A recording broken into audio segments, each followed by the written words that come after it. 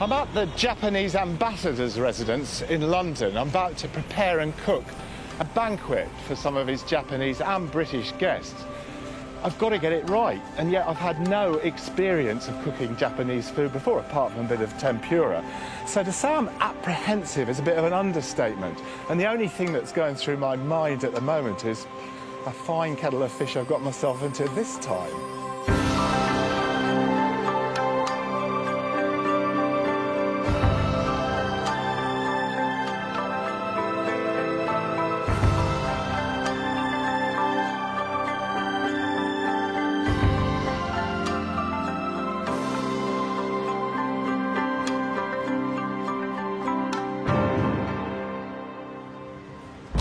As a seafood cook, I'm constantly asked what I think of food in Japan, to which I reply, I'm sorry, but I've never been. Well, they humph. Surely it's like teaching French without having been to France. You must go. So, to cut a long story short, I'm here in Tokyo to find out the basics of Japanese cuisine.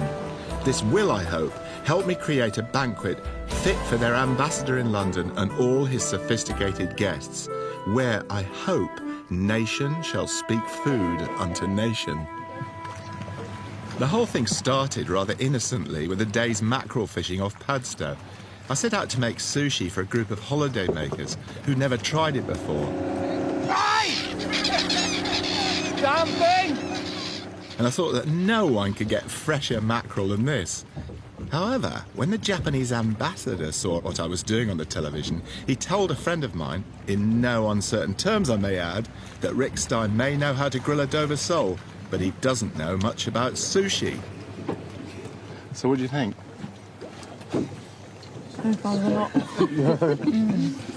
Really nice, lovely. I was just thinking this is about 30 quid's worth of sushi here, all from one mackerel. Cost 5p. Get it on the restaurant straight away. And that's how this banquet idea started. I met Ambassador Nogami a couple of times and soon realised he was a true gourmet and suggested the idea of going to Japan and coming back and cooking dinner for him and his friends. Ambassador, what do you think I should be looking out for in Japanese cuisine? Well, I think if you could sort of grasp what lies behind Japanese food. The Japanese food is based on seasonality, and we appreciate the quality of produce, how freshness of produce, and also our food is always very much closely linked to the seasonal changes.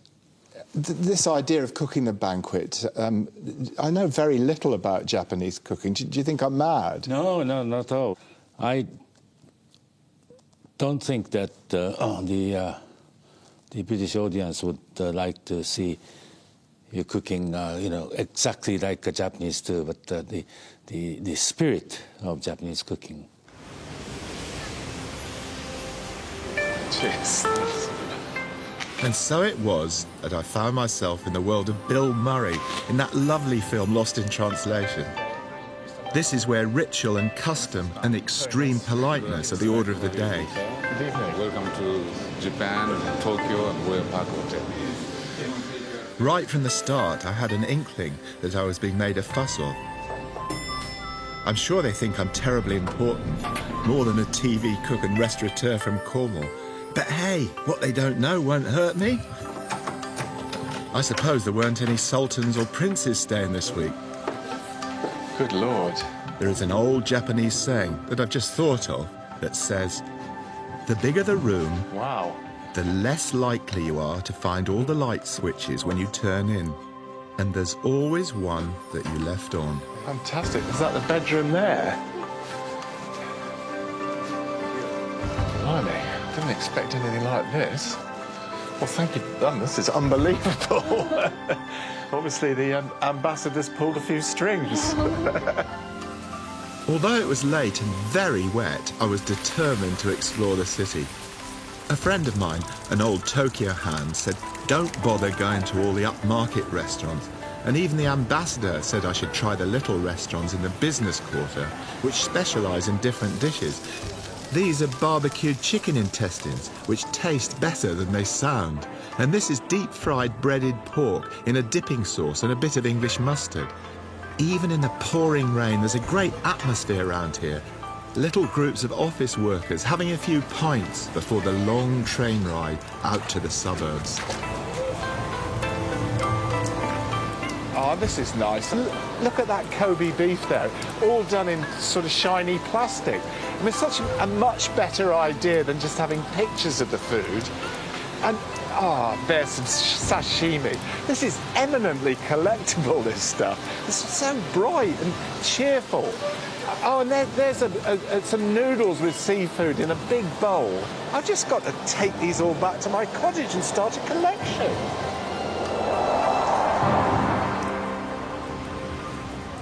I was looking out of my hotel room on the 18th floor earlier on, and it just looked like big high-rise office blocks and massive city. But I got down on the street and I sort of realised it's not like that at all. There's a whole honeycomb of little streets leading off everywhere. And I found this place, it's a railway arch. I can hear the trains going above all the time. And it's so sort of funky. I mean, there's lots of people here in sort of city suits, so I mean, it's not like down market, but it just looks so sort of informal.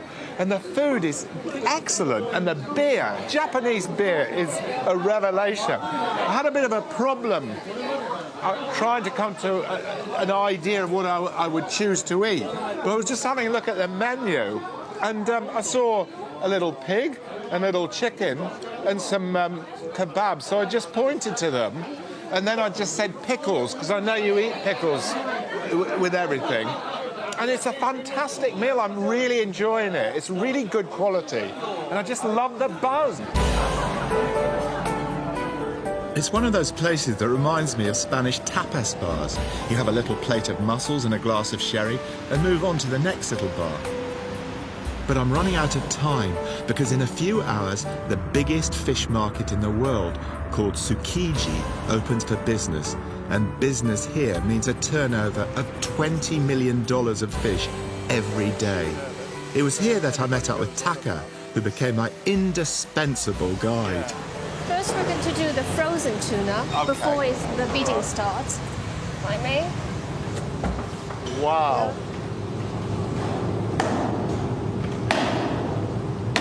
You know that film, The Alien?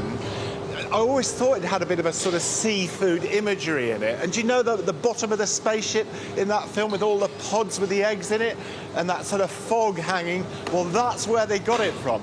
But also, I think it looks a bit like a sort of Second World War aircraft hangar full of bombs ready to go on the Lancaster. Now, just looking at some of these guys here, they're so skillful with the axe. And what they're doing is just chopping a little bit out of the tail to tell the quality of the tuna, and somebody will come along a bit later and just test the tuna to see how much fat is in the flesh and how good the quality of the fat is. So this is the fresh tuna room or hall, I suppose you could call it, just prior to the auction. Just beautiful fish here. It's a really important time because what they're checking here is the quality of the tuna, and what they're looking for is the marbling in the tuna and the colour, and the more vibrant and intense the red, the fresher it is. And I was just thinking about it, talking about marbling, it's a bit like beef, you know. I think tuna really is like roast beef to us, tuna is to the Japanese. And when you think that they live on fish, the more I talk to them, it's fish and rice. If this ran out, I think it would be all over for them.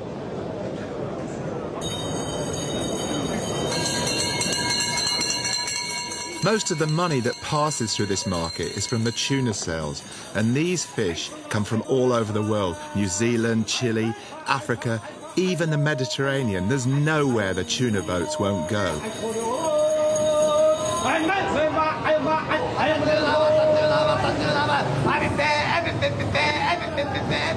This auction, I think, sums up their fanatic zeal and a voracious appetite for this magnificent fish. Because the tuna's so expensive, it goes to specialists who know how to prepare it. They leave nothing to waste before it's shipped out to restaurants and sushi bars all over Japan. I've seen filleting all over the world, but this man is a master. He reminds me of those samurai warriors from the films of Akira Kurosawa, that intense concentration where the man is totally at one with the sword. When I was little, the fishmonger in Padstow, or Mrs. Soper, used to say, you make your money from the sharpness of your knife. This fish cost £1,000,000 yen. That's £5,000. You certainly need a sharp knife to get your money out of that. I've just found out that this tuna, which is £5,000, by Christmas will be as much as 20 to 25,000.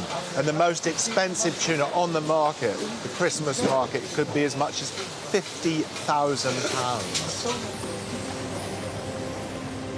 It's not even 8 o'clock yet, but it feels like lunchtime. And ever since I arrived in Japan, I've yearned for really fresh sushi. And it doesn't come any fresher than this. A sushi bar right in the fish market. I couldn't wait to try the tuna and delicate slivers of squid and red bream straight from the market with grated wasabi root, and it's served with vinegared rice. Those that know such things say that sushi's going to take over the world in the same way that the pizza and hamburger did. Well, it better hurry up before the fish runs out. There are many types of sushi. This is called maki, vinegared rice wrapped in dried seaweed. It's one of those dishes that has great theatre attached to it, rather like making the perfect pizza disc or flambeing a crepe Suzette at the table. Even the way it's presented on the plate means something. This sushi is vastly different from the supermarket version back at home, where they use mainly cooked or smoked fish for a longer shelf life, presumably. This is the bee's knees. Would you just ask him how long it takes him it takes a sushi master to train? 一人前の寿司職人になるのはどれぐらいかかるものですか？長ければ10年はかかりますね。私の場合は4日前までタクシーの運転手やってましたから。Well, it takes about 10 years for normal people, but I was actually a taxi driver until 4 days ago myself. What? これは冗談です。 It's a joke. Sorry. Right. 10 years. 10 years. Amazing. Well, now that we've been to the Tsukiji market and we are eating this fresh sushi, do you think you'll be making sushi at the banquet? Simple answer, no. Okay. I mean, I haven't got 10 years to spare. It's next month we're doing it. But the main reason for no is I think sushi's really a meal in itself with all that rice. I think it'd be too filling. I think I'd go for sashimi. No question, I will go for sashimi. I've just got to learn how to cut it properly. It was a beautiful technique we saw today. We certainly did. Doesn't matter what country you're in, this is the way to soak up the nuances of a nation's food. And it really helps to discover that Taka is a serious foodie. I just noticed this, and I've just asked, but it's actually wasabi, or wasabi, which is the green horseradish that everybody has with sashimi and sushi. I never knew what it looked like before, but of course it's a horseradish root just like ours. This is a dried fillet of bonito, a type of tuna, being planed into those very fine shavings for dashi, the essential stock here. The Japanese are crazy about pickles. Here, there's celery, cucumber, and salty aubergines. Well, this is a sushi knife, and it's quite rigid. It's incredibly sharp, of course. But what's interesting is it's straight, flat on one side, and curved on the other. So what it does is when this fruit knife cuts, it actually cuts like this, but this part remains, which means you get the freshness of the ingredients Oh, I maintained. see. I totally get that. I mean, that's what I mean about Japanese attention to detail. When you slice into a fillet, if you've got the straight side, it just cuts through those cells and doesn't damage any of the others, and it pushes the bit you've cut away, so you cause minimum damage and therefore maximum freshness. Quite a large part of the market is devoted to live fish. They've been kept in pools on board the fishing boats, and they're sold at a premium because of the Japanese obsession with freshness. Whenever I come here, it's almost like coming to a Disneyland of seafood. I mean, literally, there's so much variety that, it's just mind-boggling to me. I like that. Disneyland of seafood. Yeah, We're saying it, I guess. I might use that. If I was doing the banquet over here, I'd have this boiled octopus for sure. And these sea squirts, you cut them open, they're a real bite of the sea. I've got to have prawns somewhere, preferably live tiger prawns. But maybe I'll use our langoustine. I'm also thinking about clams. These are blood clams. They might be good in the sashimi, but I'd use our carpet shells. These look like our whelks back at home, but apparently they're much more tender. They call them Babylons here. This reminds me of a samurai warrior, an Arctic snow crab. Big money, but perfect for the banquet. Maybe I'll use our local spider crabs. Anyway, this market is a great source of inspiration to create a menu. I really think it helps to have a serious appetite when you do this type of window shopping. It gets the creative juices flowing. But now it's time for lunch. Well, just tell me about the sort of basics of Japanese cooking then. I mean, what do I need to know? I think typically a Japanese food or Japanese cuisine, when we eat, we have about 5 different flavors, which was the saltness, the sweetness, the sourness, the bitterness, and the hot, I guess the heat. And what we do is we try to mix all sorts of things that we make with these flavors and enjoy those flavors. But it's also important to remember that it's actually the ingredient that's the star. The ingredient is enhanced by these flavors, not killed by it. So I think that's what we keep in mind. This is a typical businessman's restaurant in the heart of Tokyo, specialising in sashimi, with fish straight from the pool. The food is prepared very quickly because these office workers eat and run. There are so many things to know about Japanese cuisine. Colours, for instance. Their favourites are white, yellow, black, green and red in food. This is a picture. Sashimi made with sea snail, red bream, tuna and prawns. I don't think I'll be doing anything quite this elaborate at the banquet. I've only been here for 36 hours. I must say when I arrived, I was utterly daunted. Talk about lost in translation. You arrive in Tokyo and it just seems like another planet almost. I mean, everything about life in Japan is about precision, about, really taking attention to detail. One of the things I noticed, we were walking through a whole load of restaurants with kitchens, everything's so tiny. And I was just thinking, it's actually very good for human beings to have to think in a confined space. It's actually easier, I think. When you've got massive space, you don't know where you're going. But when everything's small, which it is in Japan, big population, not enough room, people rise to the occasion. I think that's what's so impressive about the place, that it's attention to detail. And the detail is never more important than in social etiquette. Setsuko Yamamoto teaches the art to businessmen. Setsuko, how do I greet you then? Yes, first you greet is a little bit bow. And the hand goes like this. Hajimemashite. Hajimemashite. Nice meeting you. Right. And slowly up the head. Slowly up there. Then it's nice smiling. Nice smiling. Yes. Then it's please take a seat. Please take a seat. Yes. Down. Oh, we kneel. Okay. So just tell me what the worst mistakes of etiquette Westerners can make, really.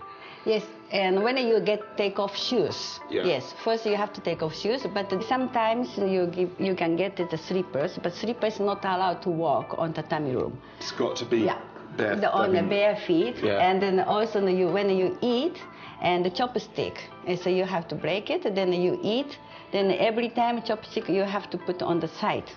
Right. Not vertical, horizontal. Okay, yes. horizontal. Yeah, horizontal. Yes, horizontal. And what about drinking? Drinking is always kanpai. Right. Then it's kanpai, that's kanpai. cheers. Yes, cheers. Yes, kanpai means cheers. Yeah. And always holding nice way. Then to bring to you with respectfully. And always double-handed. Yeah. Then it's nicely. That means it's respect. It's all about respect. Yes, respect. That's it.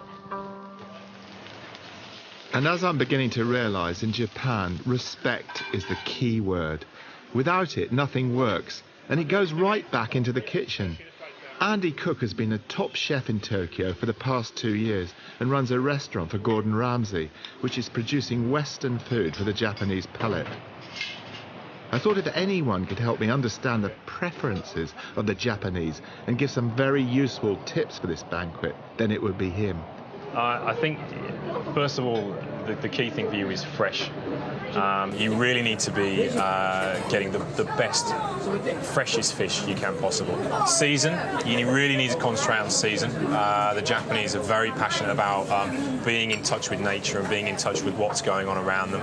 You've got things like the kaiseki menu, which is the monster 18-course menu, and each course will be something different. You'll have your sashimi, you'll have your sushi, you'll have your grilled dish, you'll have your soup, you'll have your meat, you'll have your pickles, and then you may at the very end you'll have some kind of sweet dessert made from beans. But yeah, you need to have you're going to need to have a nice soup, something that's fresh, something that's focusing on what's in season. Like I said, sashimi traditionally is things like the white fish. So you're looking at a nice bass. You're looking at things like maybe some baby rouge or sea bream. Sea bream's interesting because the Japanese love anything that's red and white. Anything that represents the Japanese flag, the colours on the Japanese flag, they absolutely adore. Wonderful. Lobster, fantastic. Sea bream, fantastic. I mean, sea bream over here, we buy at a very high price and we sell at a very high price. Don't be scared about it being too complicated. I think you're not going to fail to impress the guy. You reckon? I reckon you'll be all right. Well, that was it. I was just going to say. I mean, do you think I'm bonkers? You probably are, yes, but I think you'll be all right. With that advice, I think you'll be all right. I like to feel I've become a bit of a connoisseur of street food over the years that I've been travelling around everywhere, but this just beats it all. I mean, where could you get a dish of first quality tuna like this, semi-fat tuna, with your own little tea supply, bowl of miso soup? I mean, it's just perfect. The variety is endless and it's really cheap and seriously fresh because they all specialise in one thing or another. People come to this one for tempura, beautiful prawns in a light batter. And then this man makes what I'm told is an old Tokyo dish, like an omelette full of chili, coriander, mirin and pork. And he doesn't let the eggs set. It's poured over boiled rice and it's all cooked individually. But best of all, I found this little gem that has cooked the same dish for generations. This is a very local restaurant. They only serve one dish. It's called Fukagawa Dom. It's also the name of the area because the dish was so typical of the area. It's actually clams and rice served with miso soup, of course. And the clams came out of the river, so it was the obvious dish to serve around here. It just reminds me a bit of sort of eel pie and mash. You know, those restaurants that were all around the East End of London near the Thames and Eel Pie Island. Most of them sadly have died out now, but there's still one or two left there, and this is very sort of similar, really. And they sort of largely serve older people, but it's really good that there's still one or two of these restaurants around, and I have to say this is quite delicious. If you find a good eel pie and mash shop, it's good, but this is particularly good. I think, like many dishes of this type, this is all to do with the quality of the stock. Now, my taxi driver took us here because this is where he has his lunch. But now we go from one end of the culinary spectrum to the other, a restaurant that has been in the same family for 16 generations. A town northwest of Tokyo, Kanazawa. I've come here to experience a full-on banquet given in my honour by the ex-Prime Minister of Japan, Yoshiro Mori. The ambassador in London was extremely keen for me to meet his friend and also to sample some of the best food Japan has to offer. I felt a bit out of my depth and a bit clumsy, and I was constantly thinking of the do's and don'ts of chopstick etiquette. And of course I really wanted to know what sort of fish it was that I was eating. It came as a bit of a relief when Mr. Mori suggested we take our coats off. So it's about relaxing and enjoying the food. Under domes of ice was the prettiest display of sashimi I've ever set eyes on. I'm never going to match this. I've never seen anything like it. This was made up of tuna, prawns and sea bream, and it's put together like a work of art. It made me wonder how many days a week Mr. Mori would eat fish. 何回魚介類をお食べになりますか？僕は毎日食べます。 Every day, actually. Every day. Every day, 7 days a week. And how often meat then? じゃあお肉の方は肉はできるだけ食べないようにして。 I try not to eat as much meat, で actually. も好きですよ。 I like meat. Would you ask him if he likes any British dishes? イギリス料理で何かお好きなものってありますか？イギリス料理ってどうなんだろう。 What sort of cuisines are there in England? I think that says quite a lot, really. The roast beef of Old England is still a bit of a mystery in Japan, and judging by what we're eating tonight, it will remain so until they run out of なん fish. ていうんでしょうか。よくジョイントとかですね。ローストビーフとか、ロースト系のもの。ローストビーフはいいですね。ローストビーフ I love. I really do. あれはこうますます。 But obviously that kind of does build up on my body, so I try not to eat as much. Actually keep on that fishing. There were 9 courses, all complementing each other. And chefs the world over want to know how their food is being received at the table. Well, it's oishi. That's delicious over here. And this is a little boat formed out of kelp, which they call konbu. And it's filled with slices of abalone, red snapper and leeks, along with the ever-present shredded daikon. The konbu has a taste of the sea itself, but it also has other prized properties. Apparently, the people of Okinawa, which is the island at the southernmost part of Japan, on the way to Taiwan, live longer than anybody else in Japan. And people in Japan live longer than virtually anybody else anyway, because they eat so much fish. But they eat 10 times more kombu than anyone else in Japan and live longer. And also, it's very good for slimming. I wish I could eat this. 何はよく昆布食べます。 Japanese eat kelps quite often. で、昆布を食べる And when と we eat kelp, 髪の毛 it が actually helps to grow your hair. 黒くいきます。 Keep your hair nice and colorful. で、私は70歳。 And I'm going to be 70 next year. 70? Yes, 70. I thought he was younger 私よ than りちょっ me. とお若いのかなというふうにお見受けしたんですけども。が、松本、彼は71。ね、髪の毛多いでしょ。 Look at our hair. ね、昆布食べて。 It's the kelp. ね。 Was it nice? Did you like it? Well, I would like to say it was completely a revelation to me. I don't think if it wasn't for this, I would never have tasted food like that. I don't believe you could go to a Japanese restaurant anywhere outside Japan and eat food like that.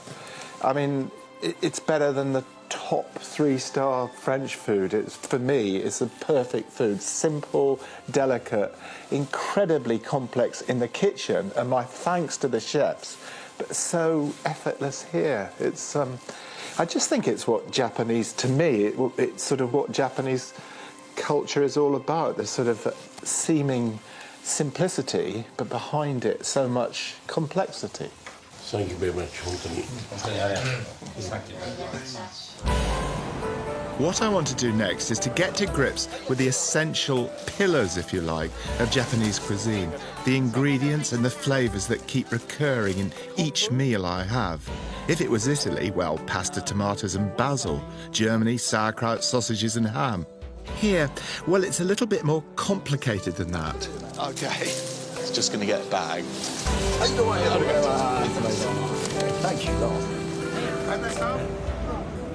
Well, I've only been here for just under a week, but I think I've got together the essentials I'm going to need for the banquet. That's the main flavouring ingredients in everything I'm going to be doing. We start, of course, with soy sauce. I was talking to a soy maker the other day who said it's as important as water in Japanese cooking. I think that's absolutely right. And next is mirin. Now, that's the main sweetener in all Japanese cooking, and sweetness is very important. Next, sake. Well, this ain't a great sake, it's just cooking sake. But how they use it is with soy to cut down the strength of soy. So you always start with soy and sake to vary the intensity of the sauce. Japanese rice wine vinegar. Pickles are so important in Japanese cooking with salt, the essence of a good pickle. The one herb I picked out here, or leaf, is shiso, or perilla as we call it in England. Such a distinctive flavour. Bonito flakes. Dashi is the basic stock that all soups come from. And with bonito flake, the classic dashi is made with kombu, which is kelp, which is seaweed. And kombu, again, is used in pickling, particularly pickling fish. I could, of course, not fail to mention wasabi. And for the Japanese writing, it's that way up. Wasabi is that really hot green horseradish. They like to do the whole spectrum of all the flavours and all the tastes. So that is very, very important. And lastly, and by no means least, the mighty daikon. Really strong radish gives you the hot flavour in a lot of Japanese cooking.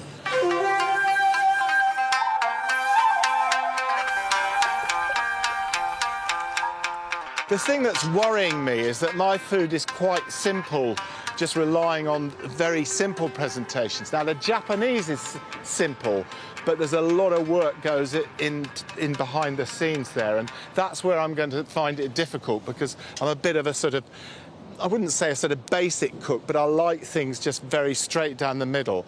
I'm going to have to get into that whole idea of making things look simple when in fact they're not. I've got as much information as I could cope with. I've learnt a lot, and all I can do now is to go back home and do it, and hope that Ambassador Nagami is a kind and forgiving man. Well, this is my menu for tonight. First, sardines, a Mediterranean dish, but it looks Japanese. Next, clear soup with langoustines and shiitake mushroom. Then, sashimi, the ultimate Japanese dish, and I had to have the ice igloo. To follow, a tempura of lobster, red mullet, and for that seasonal touch, chanterelle mushrooms. Afterwards, a savoury egg custard called shawanmushi, and that's made with spider crabs. This is grilled bass with porcini mushroom and a spear of ginger shoot. No meal is complete without miso soup, and of course those lovely pickles and a bowl of rice. And finally, poached autumn fruits with quince syrup, and that's it.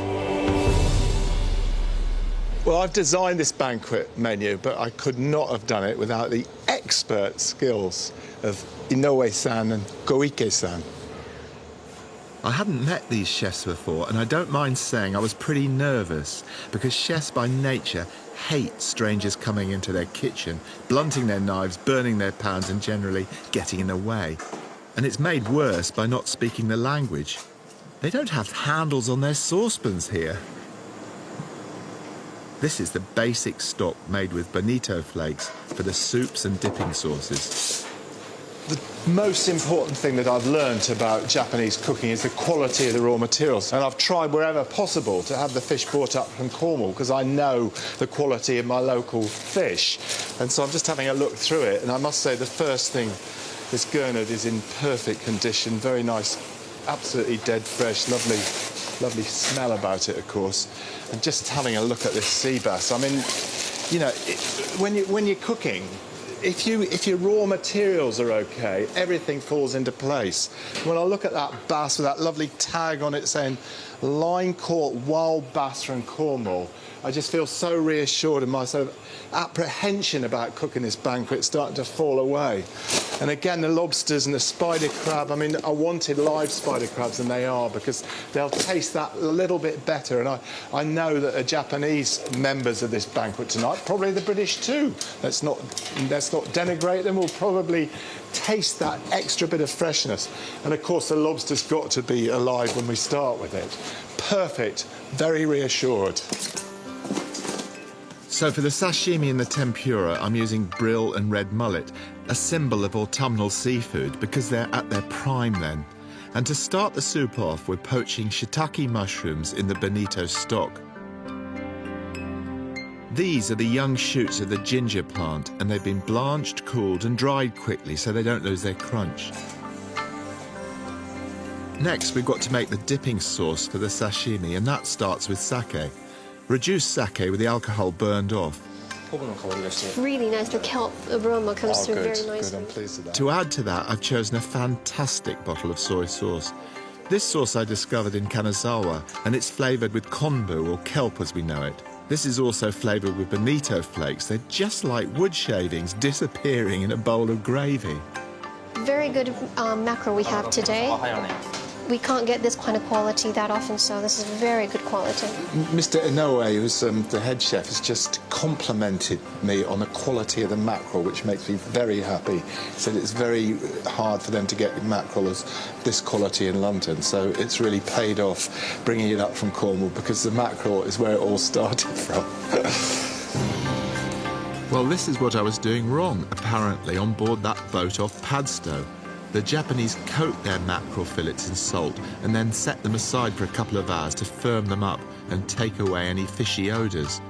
Then, before they're sliced up for sashimi, they're seasoned in a marinade made with mirin, sugar, water and konbu. A seaweed I'm getting to like very much indeed. I've just had these sardines delivered. I was rather hoping to get some Mounts Bay sardines, because when the ambassador Nagami said about seasonality, my immediate thought was of a very nice night once when we were out fishing about this time of year in Mounts Bay, pulling up sardines with the same fisherman, with Stefan. So, you know, when I asked him to go out, that's what I was thinking, but unfortunately the weather's been appalling. Bless them, they still went out to try and catch some, but it was too rough, so they didn't get any. So these are from the Bay of Biscay. Just see what they're like. They smell all right. I'm just going to be a bit sort of red in tooth and claw here and just take a little bit of a piece off there. Hope you don't mind. Just put a bit of soy with them, really. It looks good. I'm sure these Japanese chefs will not approve of me doing this, but that's really good. They're lovely. They'll be fine.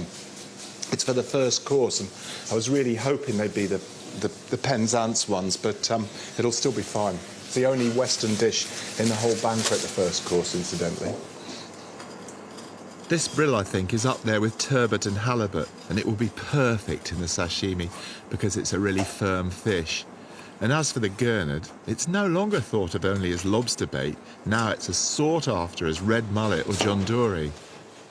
Well, the last course is going to be an autumnal fruit compote, and the centrepiece of that is going to be some quinces. Now, quince is quite an old-fashioned fruit. It's very hard to eat in its own right, but it makes a lovely syrup. Not only does it taste very nice and astringent, but it also has a deep sort of russet colour, and that clear stock, juice right over the top of my compote will make it really perfect. I'm going to simmer these for about, well, for as long as it takes to get these bullet-hard fruits to soften and then break up with the potato masher. After all, I only want the juice and none of the pulp. I wonder whether or not this lovely fruit will be popular again. Perfect. Meanwhile, Inoue-san is expertly cutting up the bass into equal pieces ready for grilling. I could, after my visit to Japan, eat that raw.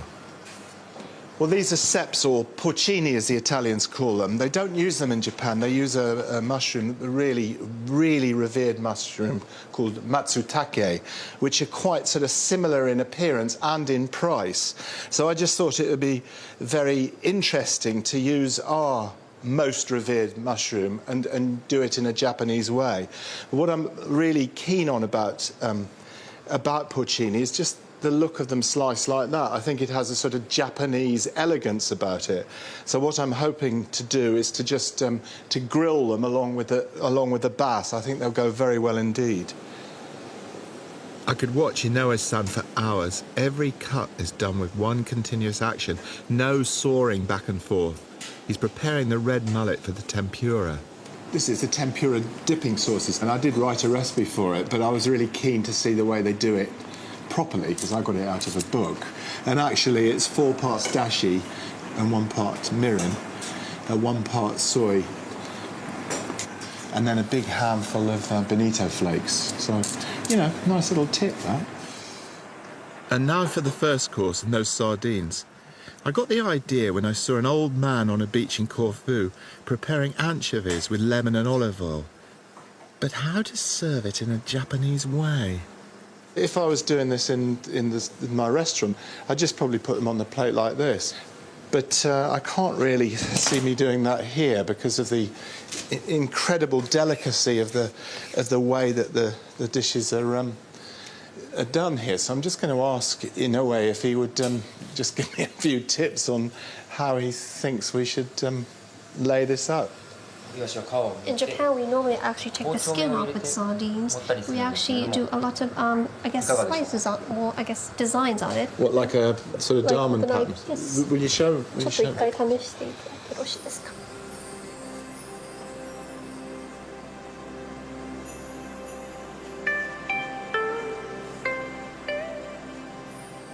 Well, I'd never in a million years have thought of skinning a sardine fillet.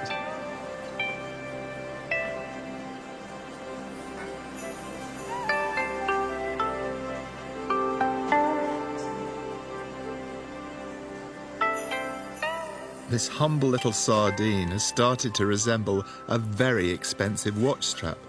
There seems no end to Inoue-san's skill. I wonder what he thinks of me.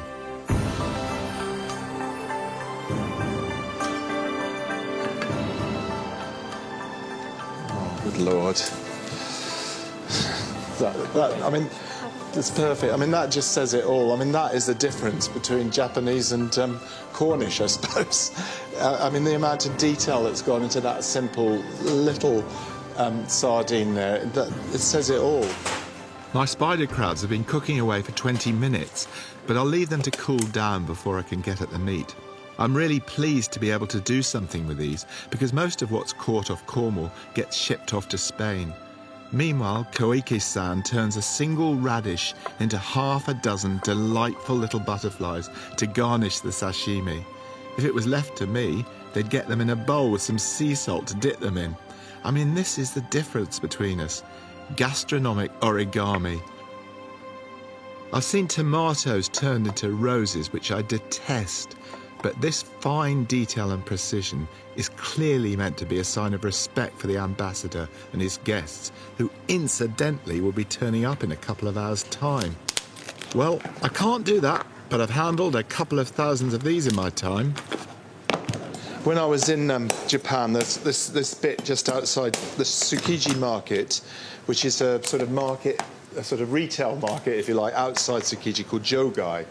I just noticed there was this really good fishmonger there selling crabs, and I sort of asked them through Taka, I mean, how much the crabs were selling for, because there were these lovely big Alaskan snow crabs there, and they're about £150 each. So I was thinking maybe there's something I could do with our local spider crabs, because they're not a crab that's much used in the UK, because they've got a lovely flavour. But the problem is, as you can see, you have to really work to get the meat out. There's this very, I thought, lovely dish in Japan called shawan mushti. Is that right, Taka? Chawanmushi. Chawanmushi, yeah.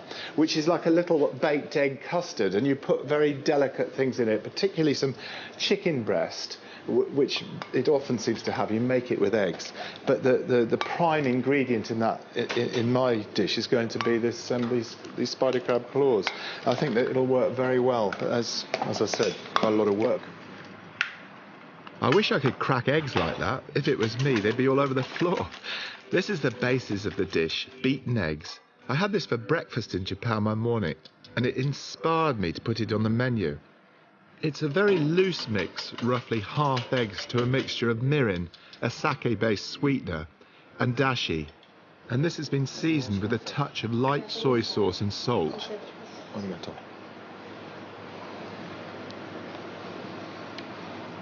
It's very nice, very delicate, very nicely seasoned. So to make up the little shawanmushi pots, first a ginkgo nut, they're really important in Japan, followed by chicken breast and chestnuts, a little seasonal reference there, and some sprigs of trefoil, practically unknown at home but very popular in Japan. And now for that lovely sweet crab meat. The thing about Japanese food, I mean, once people are used to it, is the way people like to eat, because it's very healthy, very light, delicate. And I remember saying when we were doing the banquet, when we went to the banquet with ex-Prime Minister Mori, that really, it's like Michelin 3-star food, but it's the sort of food you want to eat. It's not too sort of calorific, and you sort of get up from the table thinking, yes, let's face life, let's have some fun. And now the pots go into this handsome steamer. That looks a bit like a Japanese temple. For 20 minutes until the egg mixture loosely sets like a little custard. We're ready for the sashimi now, where only the prime cuts of the fish are served. And this is where Koike-san and Inoue-san's knife skills come into their own. And I sit back and watch with wonderment, tinged with a dash of envy.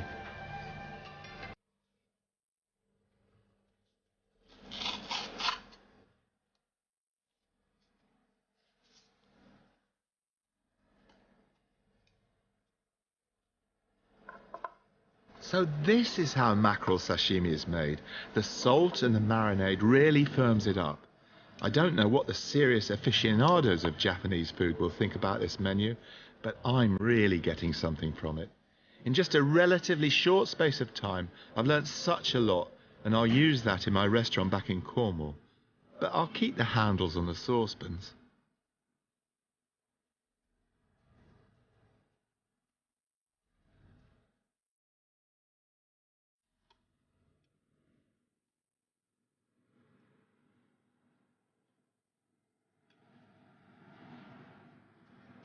And there goes that little butterfly to sit on the top. And what he's saying is, look at the amount of detail and care that's gone into this sashimi.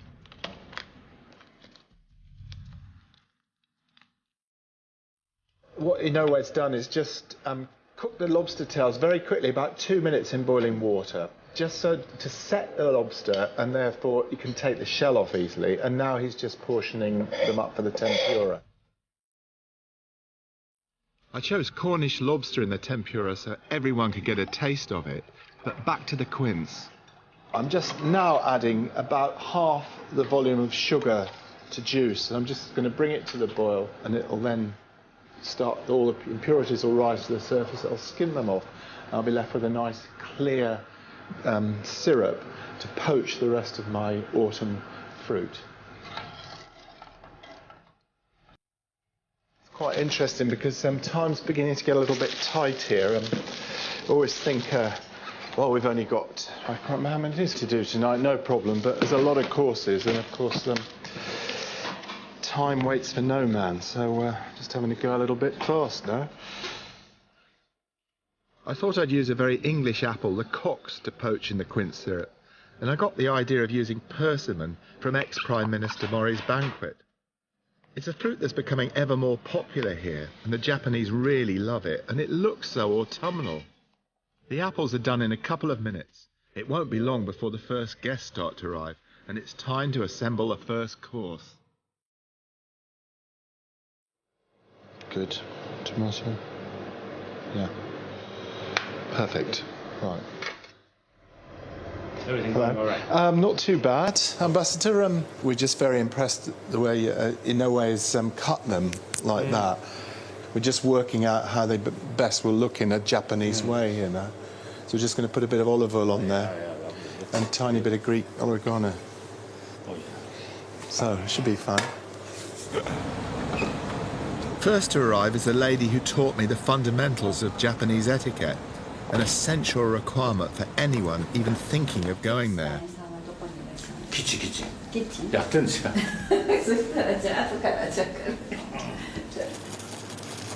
is the miso soup, which is the last but one course. And he's using a dark miso paste, which is essentially a soya bean paste. But he's also cooked up the lobster heads. And I was just thinking, much as I wanted lobster in the tempura, there's so much flavour in the heads. Really, really happy that he's using the lobster heads to flavour the miso. It'll be really special. I'm looking forward to trying it, actually. One of the things that was a real, let's say, revelation in Japan with the use of pickles. I mean, I just love these pickles, particularly this burdock and the sour plums. Oh, and the cucumber. They're just sensational. This is going to come with the miso soup right at the end of the banquet, just before the sweet. And to me, it's a bit like the cheese course. I mean, I look forward to these pickles like I would look forward to some nice cheese. And in fact, tonight we're serving various very nice sakes, really seriously good ones, but also some wine. And with the miso, with the miso soup, I'm going to serve a Pinot Noir because I think it'll just go really well with these pickles. I love them.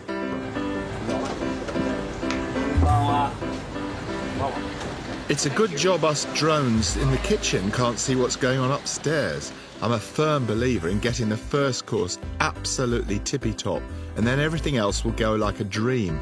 I'm also an optimist. Good evening. Good evening. Thank you very much, sir. Terrible traffic, I'm afraid. Oh, yes, sir. This, Everywhere's shut and it's raining.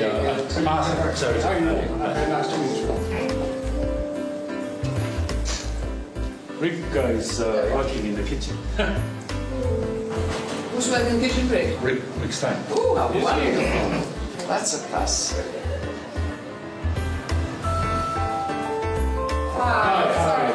Sorry with the terrible traffic, but No, because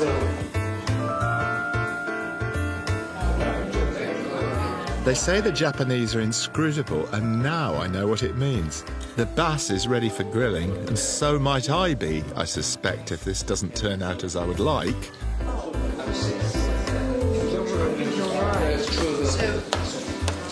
well, thank you very much for coming tonight.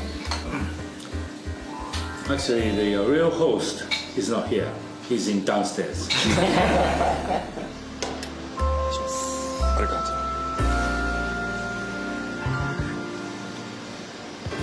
superb.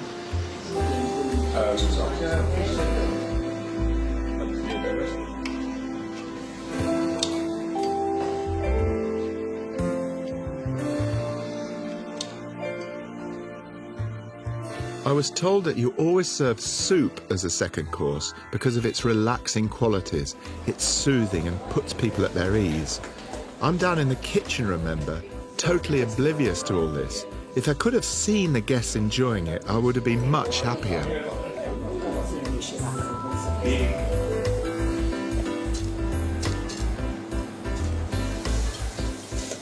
They make the ice domes by putting water in a bowl, adding a second one and freezing it. They have a real wow quality that says this sashimi cannot be any fresher. Is this an innovation of his, or is it always served in an igloo? No. This is a Rick Steinism. Look at the butterfly. Isn't that gorgeous? Course number 4, tempura, a popular choice for people just beginning to explore the delights of Japanese cuisine. The skills shown here are far beyond me, I've got to admit it. I mean, there's no point in me trying to give them a hand, I'd just be in the way. But I did do the recipes, I did do the menu, and I'm very happy with the way it's turning out. I think what's really interesting about this is, first of all, these shiso leaves, you only batter them on the one side, so you've got the nice green in the finished tempura. But also, if you look at the batter there, you know, in recipes for tempura, they say don't mix it too much. There's flour on the rim of the batter, and there's really bits of totally unmixed flour in it. But that's how you get this lovely light crispness in the finished tempura.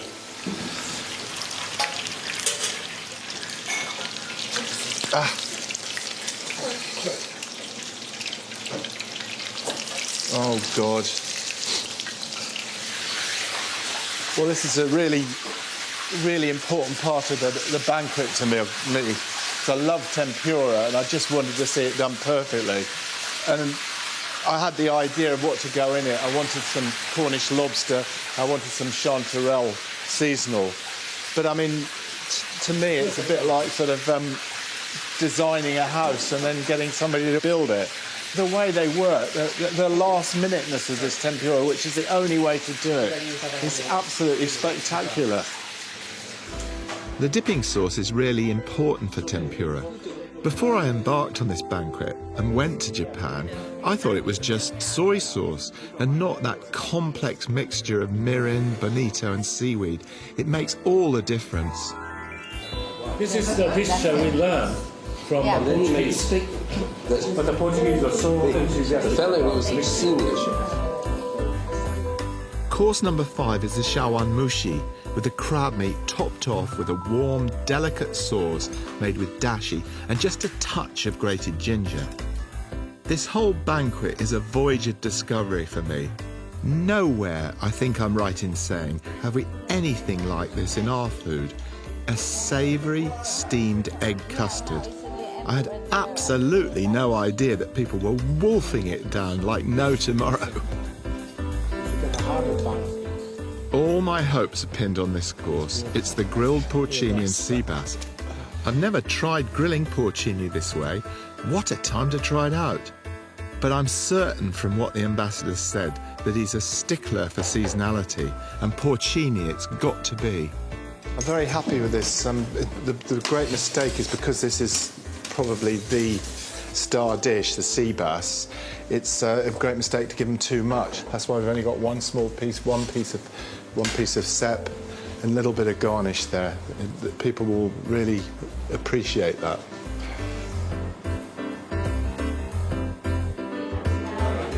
The ambassador's guests include the boss of an airline, diplomats, bankers, journalists, some old hotelier friends of mine from Cornwall, all people who know a lot about cooking.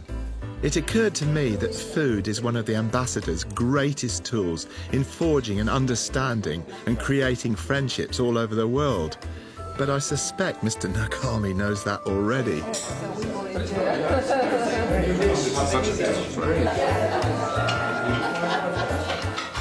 Now for this all-important miso soup. This has been flavoured with lobster and seaweed, and it has tofu added to it at the last minute, and this is traditionally served with pickles and steamed rice. It signifies really the end of a meal, and if a waiter says to you in a Japanese restaurant, "Can I serve the rice now?" you know it's the end of the meal. But on this occasion, we've still got dessert to come.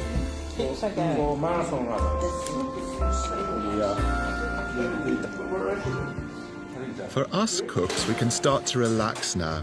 We still don't know how it's gone down, but there's an air of buoyancy about the place, and there's not much to dislike about the autumn fruits. So I'd say we're home and dry, and I think the pudding wine, after all the sake, will go really well with the fruit.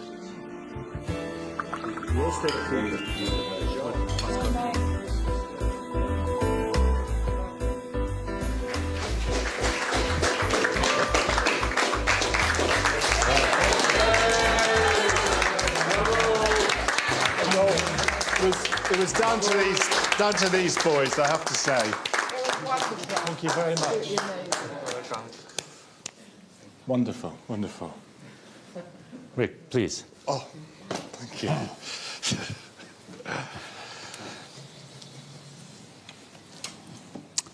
Great. Great. Here? You know how to put it? You've done it. Oh, good. You've done My it. God, we've done it. My God, you've done it. They're terribly good, your chefs. My gosh, I would not have, honestly. Did you give them a job in Padstow? Oh, tomorrow? Yesterday? No, don't do that. No. It's only a joke. It's only a joke. We loved it. Well, I've loved doing it. It's been such pleasure. I was a bit nerve-wracking. I was a bit on edge this morning, I have to say, but as the day progressed, and I realised how good they were and how safe, in what safe hands I was. And the whole thing has been I've learned so much today that it's been a fantastic experience for me, and thank you very much. Thank you very much. It was excellent. Let's cheers. Let's cheers. Oh, good. We've got some. Well,